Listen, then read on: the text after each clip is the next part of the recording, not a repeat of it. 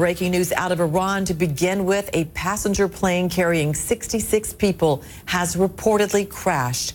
It was flying from the capital, Tehran, to Yazouj, an area to the south. Let's get more now from CNN senior international correspondent Sam Kiley, who's in Abu Dhabi for us. Sam, what more do we know about the area where the plane went down, other than it appears the weather was not good? Not good, to say the least. A rescue mission launched by the Iranian authorities. A helicopter was forced back in an attempt to get to the location where these 66 passengers on board this twin turbopropped aircraft that crashed not very far from its final destination, but they crashed in an area known as called the Dina Mountain, which itself is a vast range, really, more than 40 peaks of over 4,000 meters. That's well in excess of 12,000 feet, a lot of them snow-covered. This being winter, of course, in the continental climate, can be some very severe conditions, and clearly that was what prevailed when the first attempt to get a rescue team into this location was forced back, the Iranian authorities say. Now, they will no doubt be trying again. The aircraft took off at 5 to 8 local time, so the day is still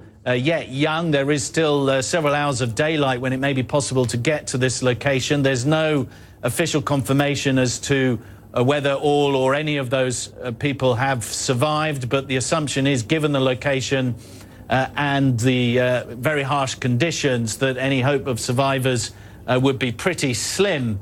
The aircraft was manufactured in Europe. There is no suggestion yet at all of foul play, but Iran has, of course, been battling against international sanctions imposed on it over its nuclear weapons program. Those sanctions, of course, have been eased relatively recently, but nonetheless, a lot of their aircraft have been having to be maintained by buying spare parts, for example, on the black market up until relatively recently. Again, no suggestion that this was a mechanical failure. This is a mountainous area prone to storms, very high altitudes, and not an easy environment to fly in at the best of times. But for the time being, bad weather has forced back any rescue attempts.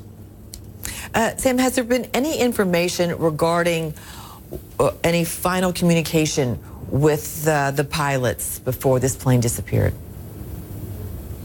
Not so far. There is an indication, there are some reports that it disappeared from radar after around 50 minutes, which would dovetail more or less with its flight plan, heading it as it was to Yazouj, and coming down, or at least disappearing from flight radar after about 50 minutes, would place it over that very high mountain range. But there is not, at the moment, as far as we understand, any last-minute communication that has come from that aircraft. And of course, the speculation there being, if there was last-minute communication, perhaps the aircraft was experiencing some difficulties. But at the moment, we have no official confirmation of that.